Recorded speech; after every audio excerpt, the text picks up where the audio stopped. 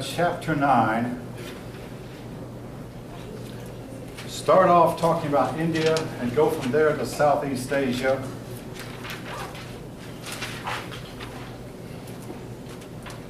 We're talking about India from the period of about the 200s, 200 on to, maybe about the 800s or 900s.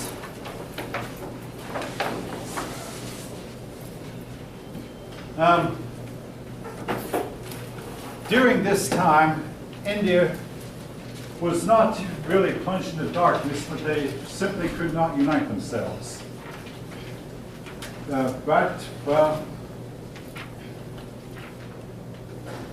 During the days of the Roman Empire, or when the Roman Empire was at its height, they'd been united. Then came a big decline. Now this decline apparently not only affected Europe, we talk about how the Roman Empire declined, China declined, India also declined, in that they could not unite themselves. There were a few dynasties here in the northern part of India that was able to unite the north part of India, but the southern part remained in a state of disunity. India was a land of many and numerous kings, and these kings fought among themselves constantly.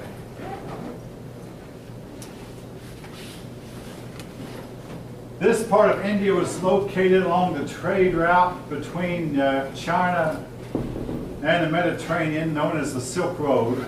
Now the Silk Road was to change courses several times. I've mentioned already how at one time it went around Malaysia and went up through the Red Sea. At other times it went an overland route through northern India. And at times it bypassed India completely and took a very northerly route. Everything depended on the political stability of the regions where the merchants wanted to travel. But the Silk Road brought some prosperity to India. People would trade their wares, and then these wares would be passed on ultimately between China and the Mediterranean. Even though, as I've already mentioned, as far as we know, no Chinese person ever got as far as the Mediterranean. And no person living here in this part of the world ever got as far as China. But the goods would pass from one merchant to another and pass through India on the way.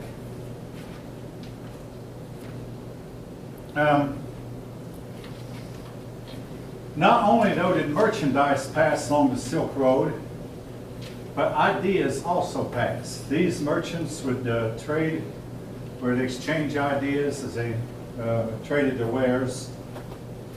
And that way Buddhism was introduced to China, and some Chinese philosophies were introduced to India.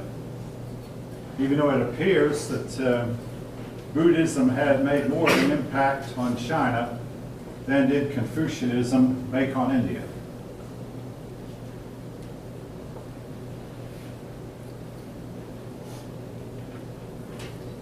Anyway, in India, Buddhism began to make a whole lot of inroads, and it looked like for a while Buddhism was going to eclipse Hinduism as a dominant religion of India.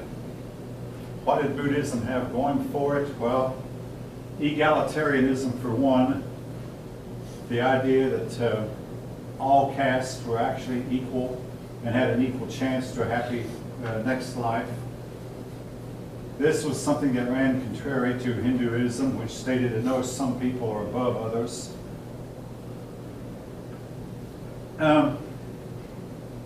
The outcasts, the pariahs, seemed to like Buddhism better than Hinduism, and for a time it looked like Buddhism was going to triumph. Now eventually, before the chapter's over, we'll learn that Buddhism did not triumph in India.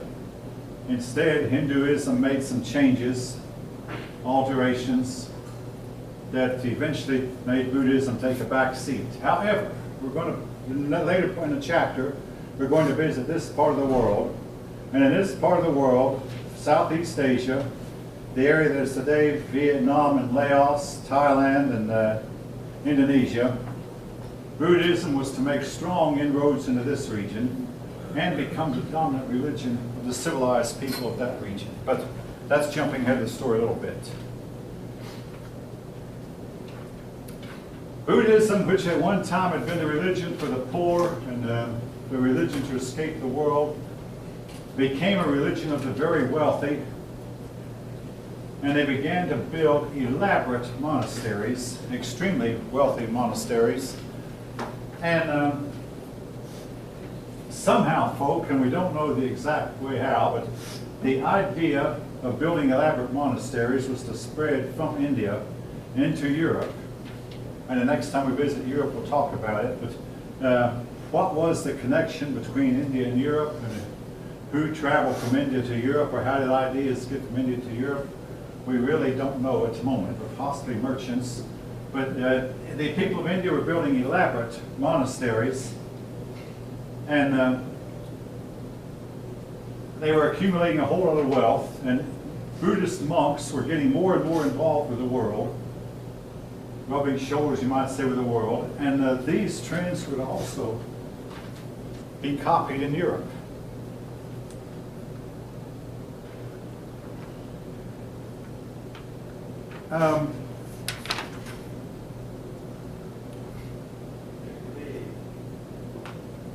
Now, the Mauryan dynasty eventually faded out and gave way to the Gupta dynasty, but neither one of these dynasties were able to unite the whole peninsula. Your book shows a map on page 243 of the extent of the Gupta dynasty empire. And it was quite large, but again, it could not unite the whole peninsula. India was destined to not be united until the British came and conquered it in the late 1700s.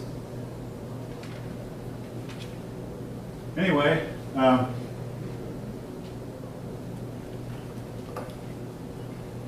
some people have called the Gupta dynasty a new golden age for India, where the things in India went pretty well. And again, don't worry about the name of these dynasties. I promise you they won't be on the test. The word Maurya, the word Gupta. But what will be is that as India turned more and more toward Buddhism, they began to build these stupas. Now, if you remember, we were introduced to that word when we visit India again in chapter 2. These were places to honor the places where Buddha visited, or the places where Buddha would stop and meditate, places known to be sacred places to Buddha. And your Guptan dynasty became Buddhist, and they began to patronize Buddhism, and of course help make Buddhism wealthy, and to the point where it looked like Buddhism was going to take over India.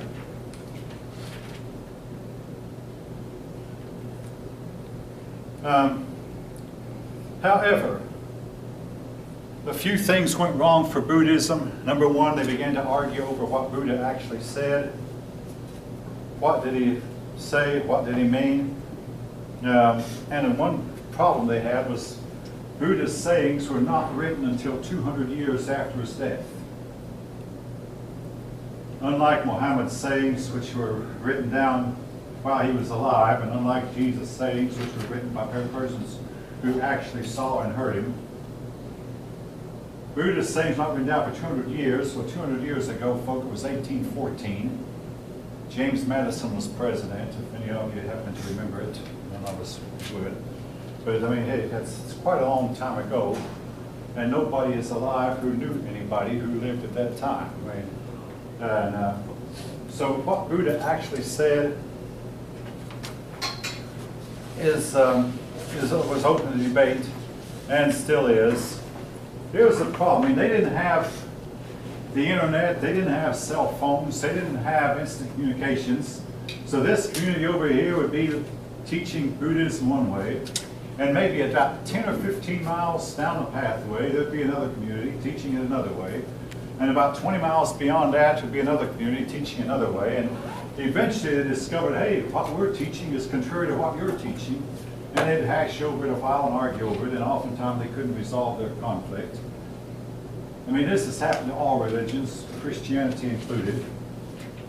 But They didn't know what Buddhism taught, what he actually said.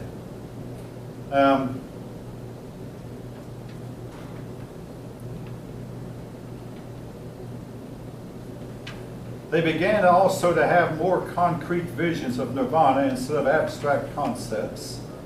At first they said nirvana is an abstract concept that can't be described. Then he began to appeal, try to appeal more to the common people, began to give more concrete definitions. And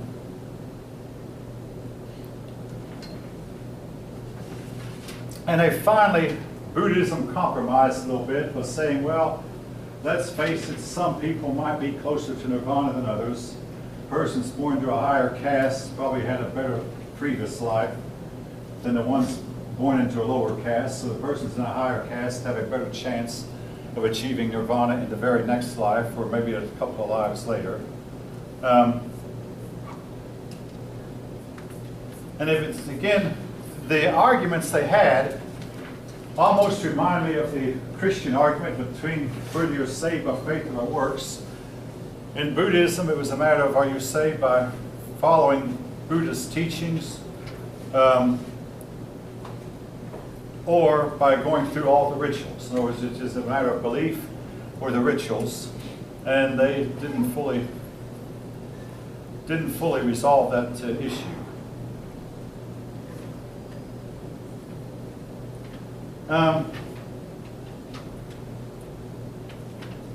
Buddhism had originally been perhaps more of a philosophy than a religion, but then it began to be called more as looked on more as a religion.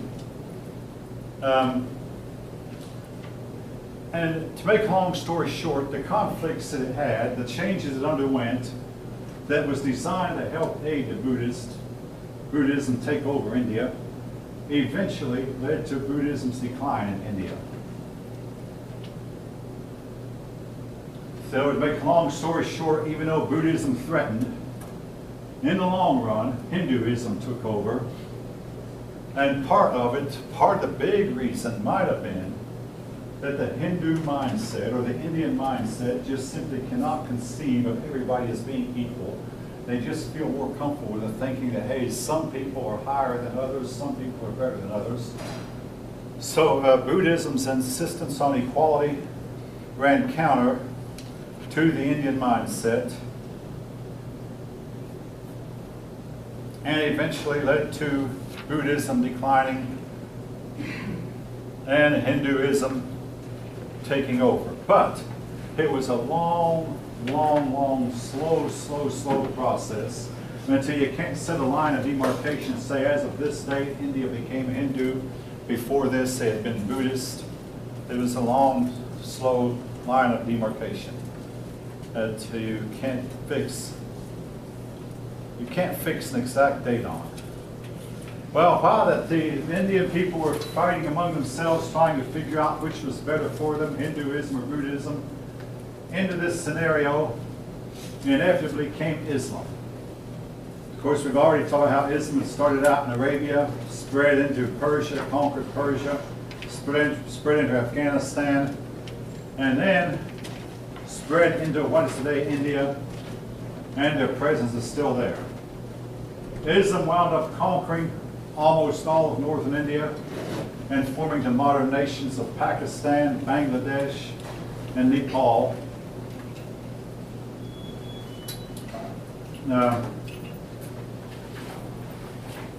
But they did not make headway very far south. And again, if you know anything about the geography of this region, the geography of this region is more like Arabia than the rest of India is. And Muslim armies have tended to do really well fighting in land that doesn't have a whole lot of hills, doesn't have a whole lot of trees, or a whole lot of underbrush and bushes, things like that. They do really well fighting in open country where a person can see a long way off than they do fighting in forested areas.